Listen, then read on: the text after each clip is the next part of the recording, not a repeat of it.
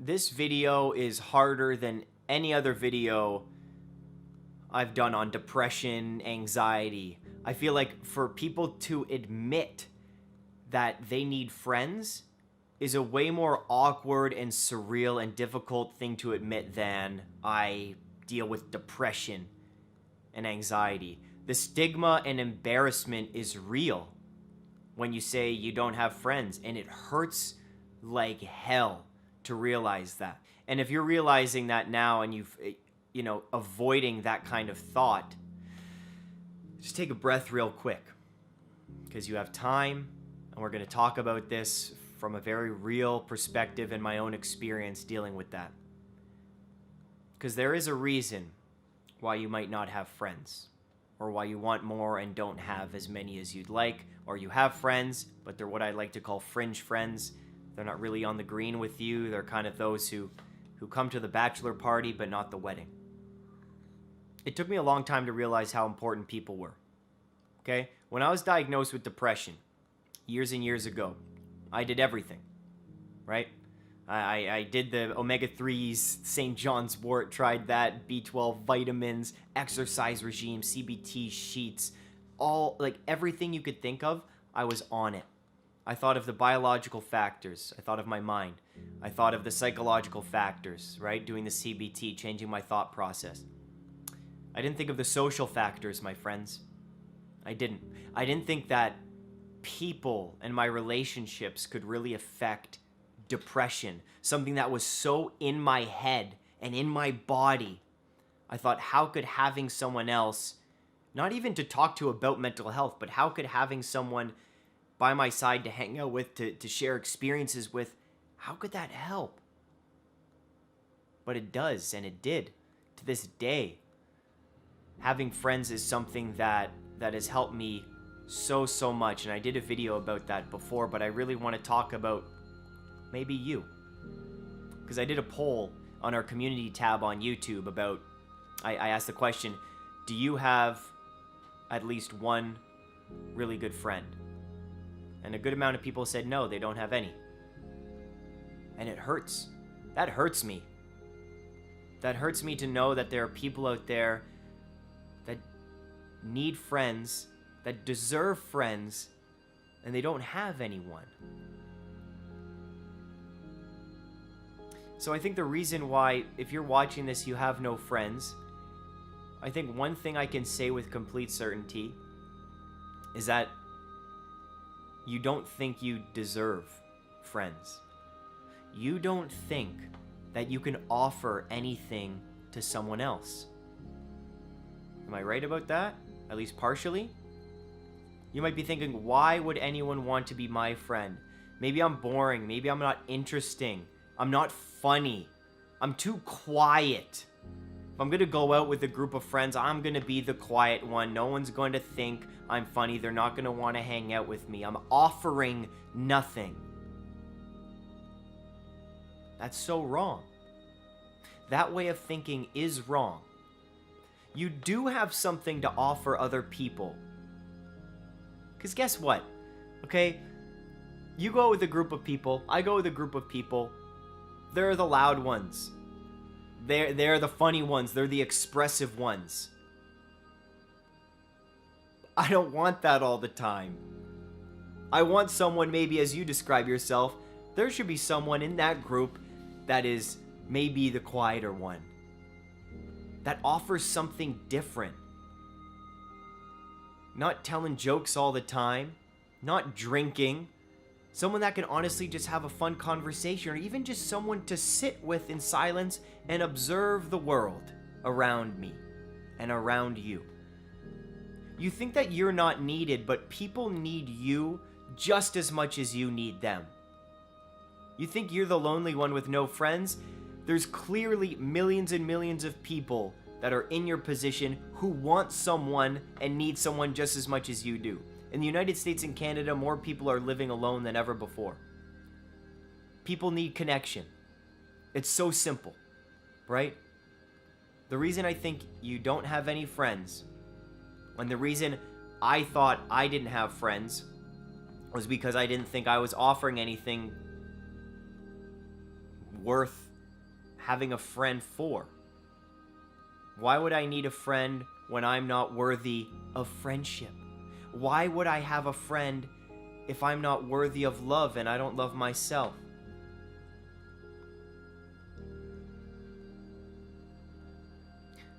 A simple message to you would just be to tell you that you are worthy of love, you are worthy of friendship, and you can offer something that no one else can offer. I'm going to do another video after, seeing if you all who are watching think like I do. Because I'm not only the jokey, expressive one and the one with the dirty jokes and everything. I'm also the one who sits quietly and watches the world go by and questions the universe. I want to know if you have that kind of mind too. And if you do, well, every group of people needs you. If you're the expressive one, every group needs you. If you're the quiet one, every group needs you. If you're the artistic one, every group needs you. If you're the deep thinker, every group needs you. If you're the shy one, every group needs you. If you're the dirty one, every group needs you. If you're the musician, every group needs you. If you're the one who loves food and eating, every group needs you. People need you just as much as you need them. Now, the second reason why you might not have any friends, and this goes to me too, and this is a very difficult and awkward conversation to have, and this is by no means judging anyone with no friends, because I understand and I've been there. But the reason that I think I didn't have any close, meaningful connections for so long is because, it's awkward to say, and you may be in the same boat, that I thought I was better than everyone else.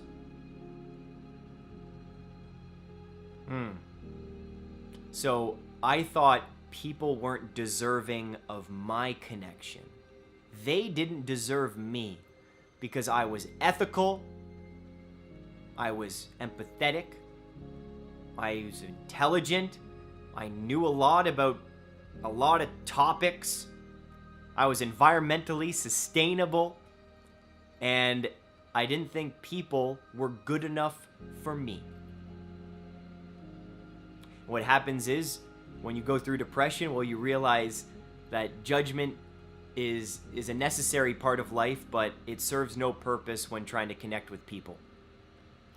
And when you put the judgment aside, and you really think of, okay, I'm really no better than anyone else, and we all bear our own cross, and we all are going through things, and we all have very difficult pasts and are suffering through something at any given moment.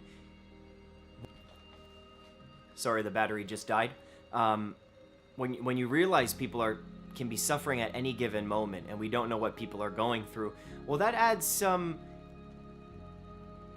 It really made me very humble to the fact that in most ways, I am no better than anyone else. And believe it or not, even though we see the news and we see people doing terrible things and seeing polarized cultures, right and left, up and down, a lot of the time we're doing the best we can with what we know. So there's two reasons why you might not have any friends. One is you don't think you deserve love, and two might mean you don't think other people deserve your awesomeness. And both are wrong. Both are wrong. The reason you may not have friends are for those two. Now, how do you actually gain friends? This is hard, especially as you get older. Like, I'm 30 now, and I was at this conference speaking about loneliness and depression and social media. And it was like how, as you get older, maybe you're graduated through school, right? It's easy to make friends in school, easier, because it's like, oh, you're in the same class and you see them every day, and then you have homework together, etc., etc. But as you get older, well, then you have your work friends, but that's maybe not meaningful connection. How do you make friends? How do you make real close connections? Well, you can connect on a few different levels. One is through your suffering, which works sometimes, but not all the time. But people with similar values as you, that's really a way to connect. People with similar interests. You know, there's that site, meetup.com. I used that a few times. I went to a few Star Trek screenings and met a whole bunch of cool people. Another way is actually, this is how you know people are craving connection. Bumble, the dating app, has a best friend option. Instead of swiping for a bang-a-da-bang, you swipe for a friend to hang out with and do things with. Join clubs. Sports is a great way. Sports, say what you will about sports and fat guys and beers and nachos watching football. It's one way. But actually joining and playing something together with a team, that's huge.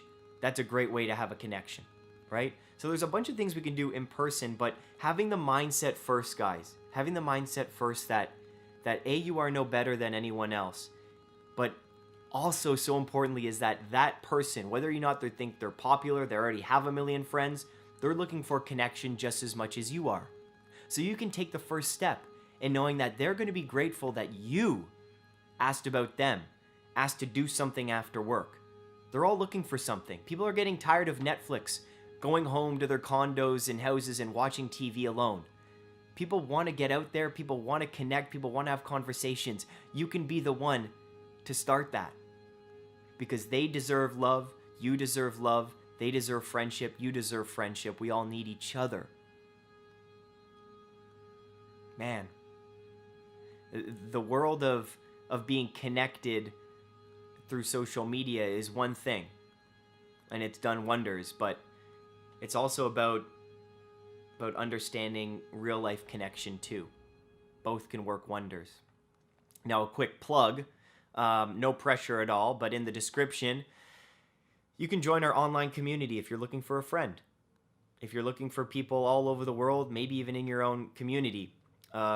We have a bunch of people online on our online community through Patreon, and we talk about music. We have mental health resources. We just have an open chat room, sharing pictures, sharing art, sharing what's going on in our lives. And I've actually met a few of these people in real life, which is the coolest part. We met online through our online community, and then they came to Toronto, and I hung out with them. We went to video game bars. Hi, Corinne.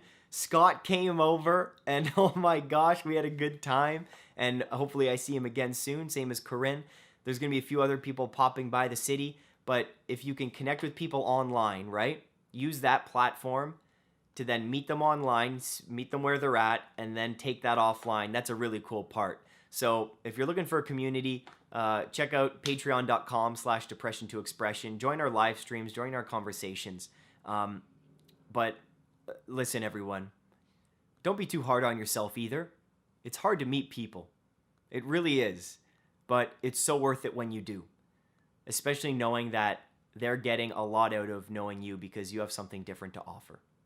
Stay strong, keep being you, and don't forget to express yourself.